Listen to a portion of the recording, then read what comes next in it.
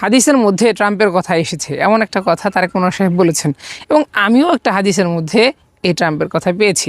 দেখেন, এক হাদিসের মধ্যে রাসূল সাল্লাল্লাহু আলাইহি ওয়াসাল্লাম বলেন যে তো কিয়ামত ততদিন পর্যন্ত হবে না যতদিন না তোমাদের মধ্যে সর্বনিকৃষ্ট মানুষ এই দুনিয়াকে পরিচালনা করবে।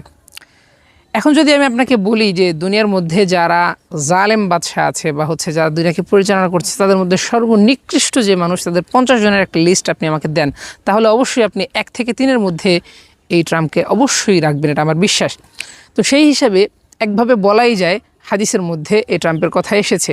যেহেতু হাদিসের মধ্যে আসছে তোমাদের মধ্যে সর্বনিকৃষ্ট মানুষ এই দুনিয়াকে পরিচালনা করার আগ পর্যন্ত কিয়ামত হবে না, তো এই ট্রাম্প তো দুনিয়া এখন বর্তমানে পরিচালনা করছে এবং সে হচ্ছে দুনিয়ার সর্বনিকৃষ্ট মানুষের একজন।